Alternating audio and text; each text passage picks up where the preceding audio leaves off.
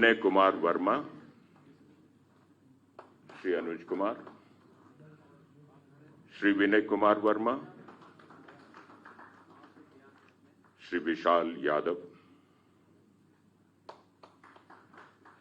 श्री रजत सिंह,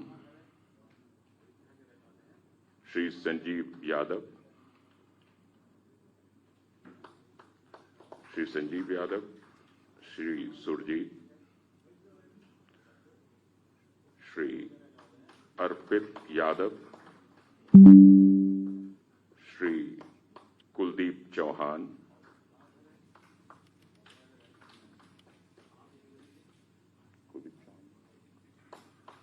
कुमारी ज्योति राय,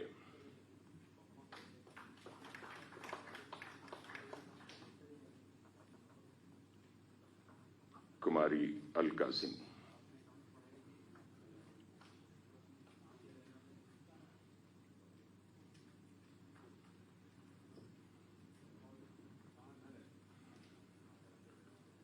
कुमारी दीप्ति चौहान,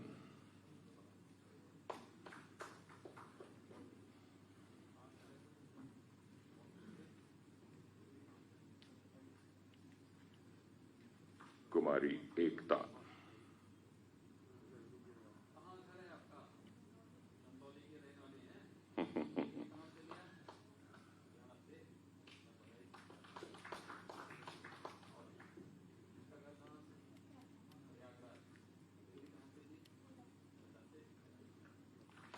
श्री प्रकाश कुमार,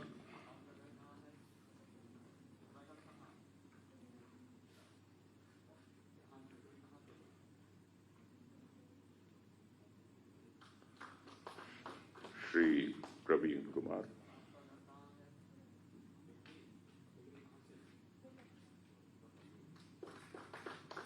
श्री राहुल वर्मा,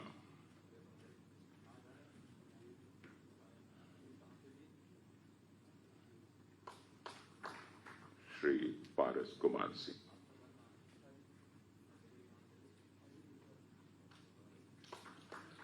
श्री स्वतंत्र गौरव,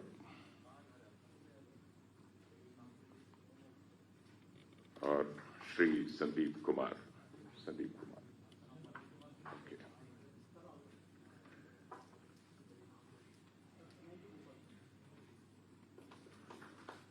संदीप कुमार जी सिविल के ये 19वें सहायक अभियंता, और अब बारी है सहायक अभियंता विद्युत एवं यांत्रिक। सबसे पहले श्री अमनदीप तिवारी,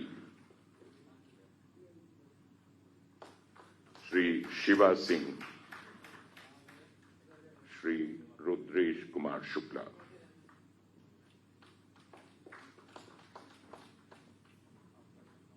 श्री अजय कुमार पांडे,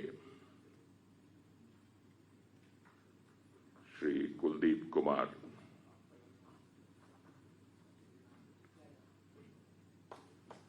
श्री अभिषेक शुक्ला,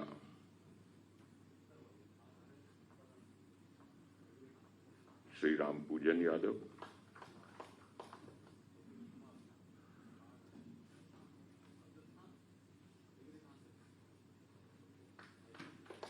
श्री सागर गुप्ता,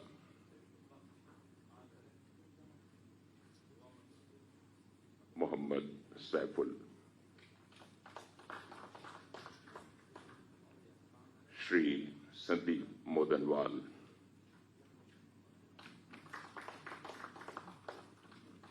श्री भरत पाल,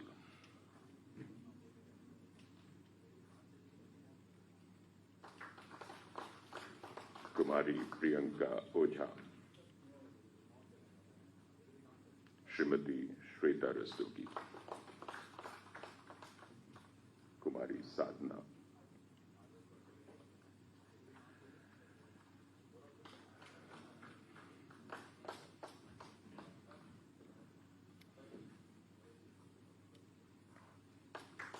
ये प्रत्येक नवनियुक्त अभियंता को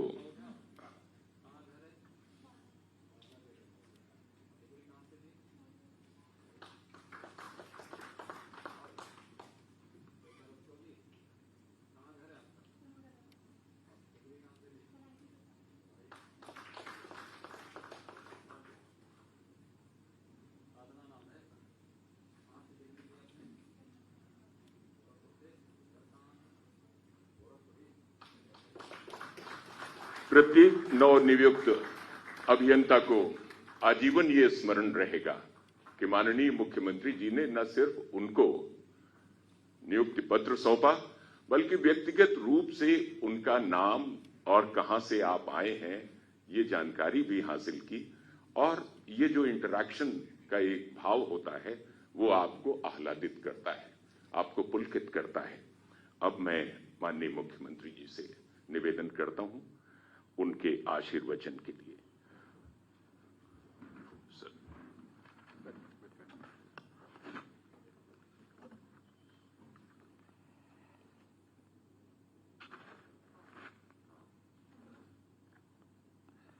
आवास एवं शहरी नियोजन विभाग के अंतर्गत 9 चयनित अभियंताओं के नियुक्ति पत्र वितरण के आज के इस कार्यक्रम में उपस्थित प्रदेश सरकार में मेरे सहयोगी मंत्री आवास एवं शहरी नियोजन के राज्य मंत्री श्री गिरीश चंद्र यादव जी, अपर मुख्य सचिव सूचना श्री नवनीत सहगल जी, प्रमुख सचिव आवास श्री दीपक कुमार जी, सचिव आवास से अजय चौहान जी, आज के इस कार्यक्रम में उपस्थित आवास विभाग से जुड़े हुए सभी अधिकारीगण, नवचयनित सभी अभियंतागण, आप सबको मैं उत्तर प्रदेश लोक सेवा आयोग की परीक्षा में सफलतापूर्वक स्थान प्राप्त करने और आवास विभाग में चयन होने पर आप सबको मैं हृदय से बधाई देता हूं और उत्तर प्रदेश शासन का आप हिस्सा बन रहे हैं, इसके लिए आपका अभिनंदन भी करता हूं। हम सब जानते हैं कि पूरी की पूरी प्रक्रिया जो 46 अभियंता इसमें चयनित हुए हैं, जिनमें से 33 को आज नियुक्ति पत्र यहां पर दिया गया है, शेष की प्रक्रिया जारी है, उन्हें विभाग अपने स्तर पर आगे की कार्रवाई करेगा। लेकिन जब लोक सेवा आयोग ने विज्ञापन निकाला होगा, तब से लेकर के नियुक्ति की इस प्रक्रिया तक आप में से किसी भी अभ्यर्थी को किसी भी स्तर पर सिफारिश करने की आवश्यकता महसूस नहीं हुई होगी।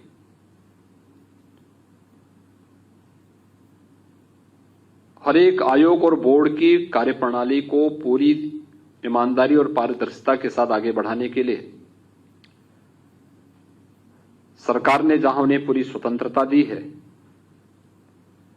लेकिन एक एक गतिविधि पर स्वयं नजर रखते हुए नियुक्ति की प्रक्रिया के साथ जब चयन की पूरी प्रक्रिया संपन्न होती है तो नियुक्ति पत्र देते समय शासन स्वयं इस बात को ध्यान में रखता है कि प्रक्रिया कितनी पारदर्शी और कितनी ईमानदारी पूर्वक पूर्ण है। और मुझे प्रसन्नता है कि जिन 33 अभियंताओं का यहां पर चयन हुआ है, ये अलग अलग पृष्ठभूमि से जुड़े हुए, प्रदेश के अलग अलग स्थानों से जुड़े हुए हैं और सबने अपनी मेहनत से, अपने परिश्रम से, अपने माता पिता और अपने गुरुजनों के आशीर्वाद से यह स्थान प्राप्त किया है। दीपावली की पूर्व संध्या पर आपको यह सौभाग्य प्राप्त हो रहा है कि आप सब उत्तर प्रदेश आवास विकास से जुड़े हुए इस महत्वपूर्ण उपलब्धि के साथ चयनित हो रहे हैं। मैं इसके लिए आपको, आपके अभिभावकों को हृदय से बधाई देता हूं, अपनी शुभकामनाएं देता हूं। विगत 4.5 वर्ष के दौरान सरकार ने शासकीय नियुक्तियों को इसी पारदर्शी तरीके से संपन्न किया है। लगभग 4.5 लाख नौजवान अब तक प्रदेश के अंदर अलग अलग विभागों में सरकारी नौकरी प्राप्त किए हैं। एक भी नौकरी पर कोई उंगली नहीं उठा सकता, क्योंकि पूरी प्रक्रिया, चाहे वह उत्तर प्रदेश लोक सेवा आयोग हो, उत्तर प्रदेश अधीनस्थ सेवा चयन आयोग हो, उच्चतर शिक्षा चयन आयोग हो, माध्यमिक शिक्षा चयन आयोग हो, या बेसिक शिक्षा परिषद से जुड़ी हुई नियुक्ति की प्रक्रिया हो, या उत्तर प्रदेश पुलिस प्रोन्नति एवं भर्ती बोर्ड का हो, ये जितनी भी नियुक्ति की प्रक्रिया अब तक प्रदेश के अंदर संपन्न हुई है, पूरी ईमानदारी और पूरी पारदर्शी तरीके से संपन्न हुई है। और यही कारण है कि एक समयबद्ध ढंग से विगत 15 वर्षों में 2002 से लेकर के 2017 के बीच इन 15 वर्षों में जितनी नियुक्तियां प्रदेश के अंदर शासकीय विभाग में या निजी क्षेत्र में नहीं हुई होंगी, उससे कई गुना अधिक नियुक्तियां अकेले 4.5 वर्ष में हमारी सरकार ने प्रदेश के अंदर प्रदेश के नौजवानों को नौकरी और रोजगार के साथ जोड़ते हुए उपलब्ध करवाई है। आपने इस पूरी प्रक्रिया को देखा होगा। न व्यक्ति को सिफारिश करने की आवश्यकता है और न ही आयोग या बोर्ड के किसी कार्य में कहीं सेंध लगाने की कोई गुंजाइश। और जहां कहीं भी हमें थोड़ी भी भनक लगी, सरकार ने बहुत सख्ती के साथ उस पर कार्रवाई की है। जब शासन की पूरी प्रक्रिया पूरी पारदर्शी है, ईमानदारी पूर्ण है, बिना भेदभाव पूर्ण है, तो शासन भी आपसे यह अपेक्षा रखता है कि आप भी इसी ईमानदारी और पारदर्शी तरीके से समयबद्ध ढंग से शासन के कार्यक्रमों को आगे बढ़ाने में अपना योगदान देंगे। क्योंकि उत्तर प्रदेश आवास विकास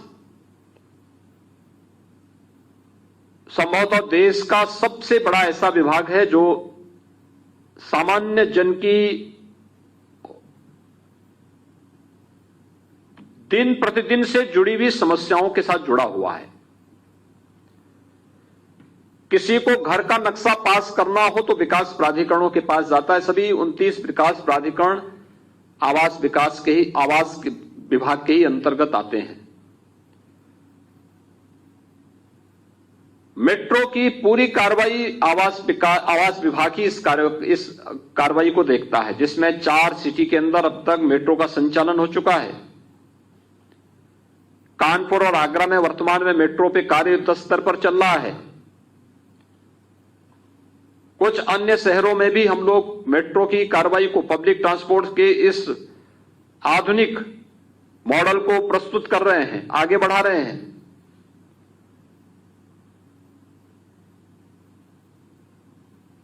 एक सामान्य जन से जुड़ी भी बहुत सारी ऐसी समस्याएं हैं जिन समस्याओं का समाधान वहां पर एक अभियंता के रूप में आपके माध्यम से हो सकता है।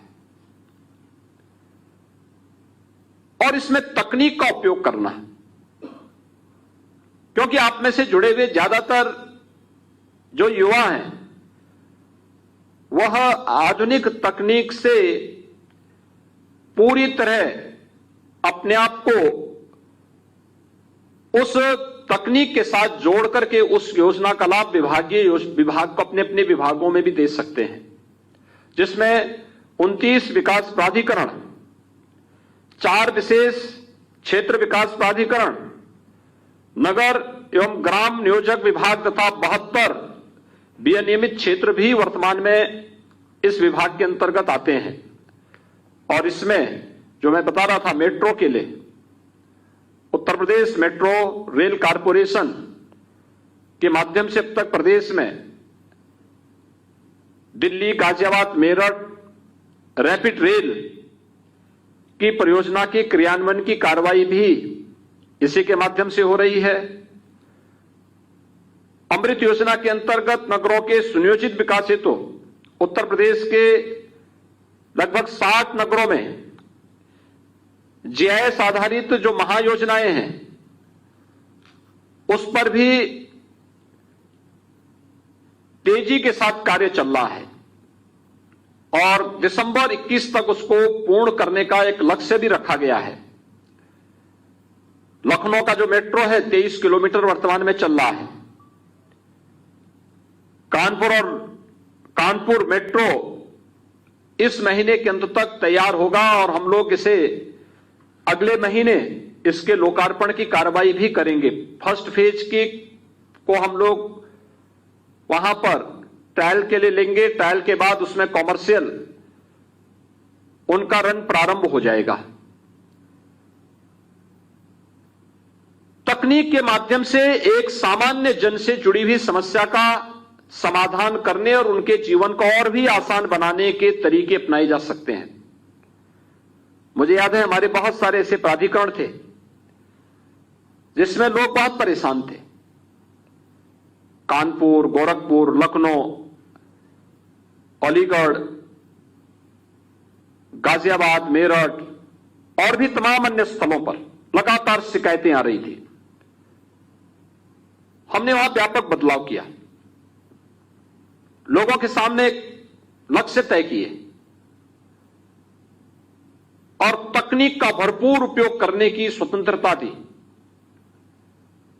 आज परिणाम क्या है? 8-8, 10-10 वर्षों से जो मामले लंबित पड़े हुए थे, विगत 6 महीनों के अंदर उन सब का निस्तारण होता हुआ दिखाई दिया। यानी और मैंने इस बात को देखा है, पहली बार मैंने इस बात को देखा है कि इन विकास प्राधिकरणों में पब्लिक ने पहली बार मुझे इस बात का फीडबैक दिया पॉजिटिव कि बहुत अच्छा काम हो रहा है। और जो काम उन विकास प्राधिकरणों ने करके दिखाया है, ये काम आज से 3 साल पहले, 5 साल पहले, 7 साल पहले, 10 साल पहले भी हो सकता था, लेकिन कार्य करने की या तो इच्छा शक्ति नहीं थी, या तकनीक की जानकारी नहीं थी, या फिर लोगों के दिलो दिमाग में भ्रष्टाचार इस कदर हावी हो चुका था कि वह आम जन को तबाह करके अपने स्वयं के घर को भरने पर ज्यादा रुचि ले रहे थे। और इसीलिए सामान्य नागरिक न केवल परेशान था, बल्कि उस व्यवस्था के साथ जुड़े हुए लोगों को लगातार वह बद्दुआ देता था। एक सामान्य उपभोक्ता उनसे परेशान रहता था। लेकिन आज ऐसा नहीं है। आज तो हर एक व्यक्ति को राहत महसूस होती हुई दिखाई दे रही है। और अनेक ऐसे कार्यक्रम शहरी क्षेत्र में हाउसिंग की जो स्कीम आई है, कल मैं स्वयं मुरादाबाद में था और मैंने मुरादाबाद में देखा है। मुरादाबाद में मैं इस बात को देख रहा था कि कल उन्होंने कैसे वहां हाउसिंग स्कीम के माध्यम से अधिक लोगों को सस्ते आवास उपलब्ध कराने की कार्रवाई को आगे बढ़ाया है। और हमें ऐसे मॉडल खड़े करने पड़ेंगे कि जहां पर सरकारी भूमि पर बहुत बड़े पैमाने पर लोगों ने अवैध कब्जे किए हुए हैं, बड़े नारकीय स्थिति में वे लोग रह रहे हैं, उससे होने वाली बीमारियों का खर्चा का दबाव भी सरकार पर ही पड़ता है। जनहानि के कारण और वहां से पनपने वाली तमाम बीमारियों के कारण न केवल वो क्षेत्र बल्कि आसपास के क्षेत्र भी बुरी तरह प्रभावित होते हैं। सरकार बदनाम होती है, आम जन के मन में प्रशासनिक तंत्र के प्रति एक नकारात्मक भाव पैदा होता है। अगर इन सभी के बारे में सोच करके सरकार ने जो योजनाएं निकाली हैं कि हम उस पूरे क्षेत्र की मैपिंग करके और वहां पर व्यवस्थित रूप से उन लोगों के लिए आवासीय सुविधा जो अब तक फैले हुए हैं, अगर हम वर्टिकल आवासीय सुविधा उनको दे दें तो मुश्किल से आधे क्षेत्रफल में सारे लोग समाहित हो जाएंगे और अच्छे आवास उनको उपलब्ध हो जाएंगे। आधी लैंड हम उसका कॉमर्शियल उपयोग करते हुए न केवल उनके लिए मार्केट दे सकते हैं बल्कि उनके लिए पार्क दे सकते हैं, उनके लिए वहां पर जिम दे सकते हैं, वहां पे कॉमन फैसिलिटी से जुड़ी हुई तमाम अन्य सुविधाएं वहां उपलब्ध करा सकते हैं। और ये मॉडल देश के अंदर अत्यंत सराहना भाव से लोग देखेंगे और तमाम प्रकार की जो नारकीय स्थिति में लोग रह रहे हैं उनके जीवन स्तर को तो आप उठाएंगे ही, सरकार की और प्रशासन की छवि को और उसको जनविश्वास का प्रतीक भी बनाएंगे और लोक स्वास्थ्य पर होने वाले खर्चे को भी कम करने में एक बड़ी भूमिका एक विभाग देने में सफल हो सकता है। अलग अलग फील्ड में अलग अलग करने के लिए बहुत कुछ है। शहरी क्षेत्र में एक नई समस्या खड़ी हो रही है, वह है ग्राउंड वाटर नहीं है, लेवल उसका नीचे ज्यादा जा रहा है, वो डार्क जोन में या फिर क्रिटिकल जोन में जा रहा है। हर व्यक्ति अपने घर में जब शासन के स्तर पर, लोकल बॉडी के स्तर पर जब उन्हें पेयजल की सुविधा नहीं होती तो अपने घर में एक अपना स्वयं का ट्यूबवेल या समरसेबल लगा करके वहीं से पानी लेने का प्रयास करता है। एक समय के बाद जब वो भी देना बंद करता है तो उनको टैंकरों पर निर्भर करना पड़ता है। लेकिन हम लोगों ने व्यवस्था बनाई थी कि नक्शे जो भी पास होंगे नक्शों के साथ हम लोग रेन वाटर हार्वेस्टिंग की व्यवस्था करें। रेन वाटर हार्वेस्टिंग मकान बनने के साथ ही वह भी बने और यह अनिवार्य रूप से हो कि हर परिवार रेन वाटर हार्वेस्टिंग बनाए। छत का पानी, घर के आसपास का पानी वह फालतू न जाए, वह पानी जितना आया है उसको हम लोग फिर ग्राउंड वाटर को और उसके लेवल को मेंटेन करने के लिए उसका उपयोग कर सकें। आप देखेंगे शहरी क्षेत्र में एक समय के बाद वाटर लेवल अपना व्यवस्थित रूप से रह पाएगा और लोगों को पेयजल की आपूर्ति की कमी कहीं से नहीं होगी। हमारे पास सरफेस वाटर भी होगा और पर्याप्त मात्रा में ग्राउंड वाटर भी होगा। रेन वाटर हार्वेस्टिंग की व्यवस्था हम लोगों को तेजी के साथ प्रदेश के अंदर बनाने की इस प्रक्रिया के साथ जुड़ना पड़ेगा। आवास विभाग इस कार्य के साथ अपने आप को जोड़ सकता है, इसको मिशन मोड में ले सकता है। जैसे वर्षों के नक्शे पास नहीं हो पा रहे थे, हम कहीं जाते थे, गोरखपुर जाते थे वही समस्या, कानपुर जाते थे वही समस्या, अलीगढ़ जाते थे वही समस्या, गाजियाबाद या मेरठ जाते थे यही समस्या सामने आती थी। लेकिन जब स्पेशल कैंप लगने प्रारंभ हुए, स्पेशल अभियान इसका चला, आज तेजी के साथ समस्या का समाधान भी हुआ और उपभोक्ताओं ने इस बात को कहना प्रारंभ कर दिया कि साहब बहुत अच्छा काम हो रहा है, अच्छा काम हो रहा है। जब अच्छा काम होता है सरकार को भी लगता है कि इस विभाग की सार्थकता है। जब पब्लिक शिकायत करती है तो हमें भी लगता है क्या हमें इस विभाग को बनाए रखना चाहिए कि नहीं बनाए रखना चाहिए। और इसीलिए आप सभी 33 नवनियुक्त अभियंता यहां पर आज नियुक्ति पत्र प्राप्त करने के साथ ही अपने इस कार्य क्षेत्र में जाएंगे। इनको बहुत कुछ सीखने जानने का अवसर प्राप्त होगा। याद रखना, सर्विस के दौरान आपकी सामान्य कार्य पद्धति न केवल जानने की बल्कि कुछ नया कर गुजरने की एक इच्छा शक्ति के साथ आगे बढ़नी चाहिए। दूसरा, समाज में जहां कहीं भी अच्छा है उसको लेकर के तेजी के साथ विभाग की छवि को बेहतर बनाने में अपना योगदान देने की होनी चाहिए।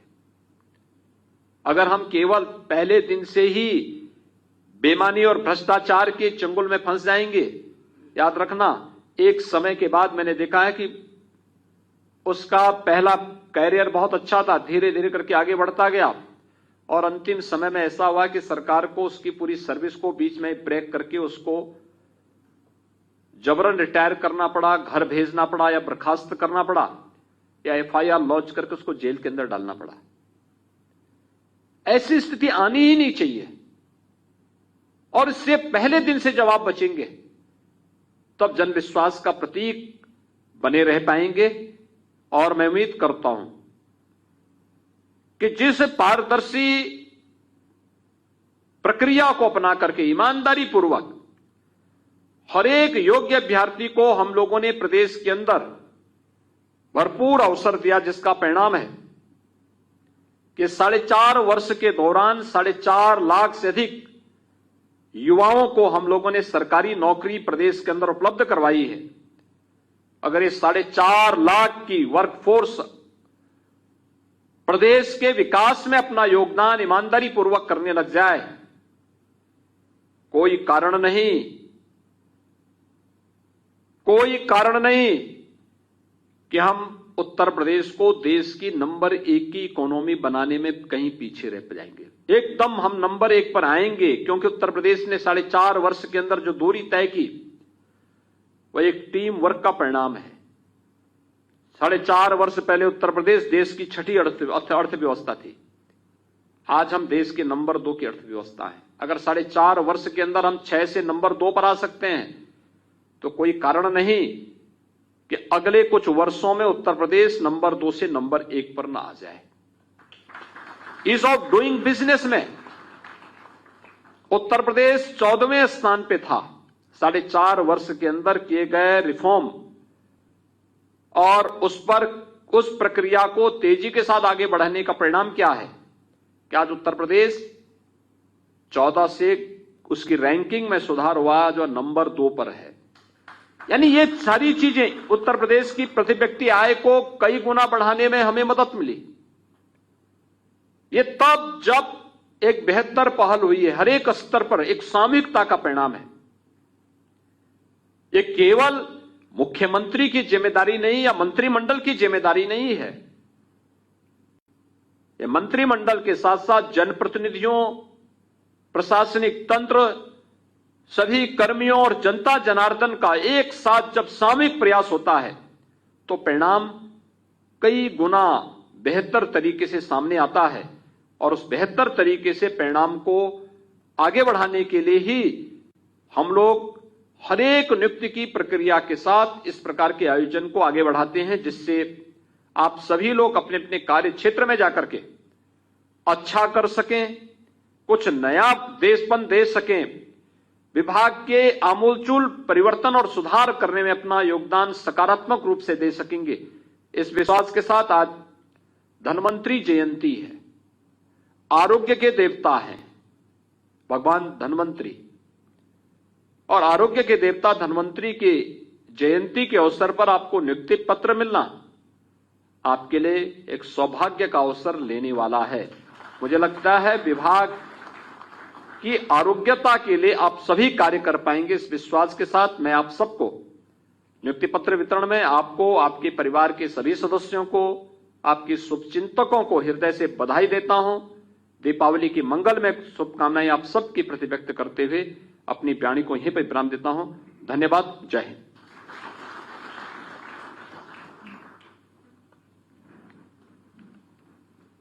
बहुत बहुत साधुवाद माननीय मुख्यमंत्री जी को। और अपने विभाग के आरोग्य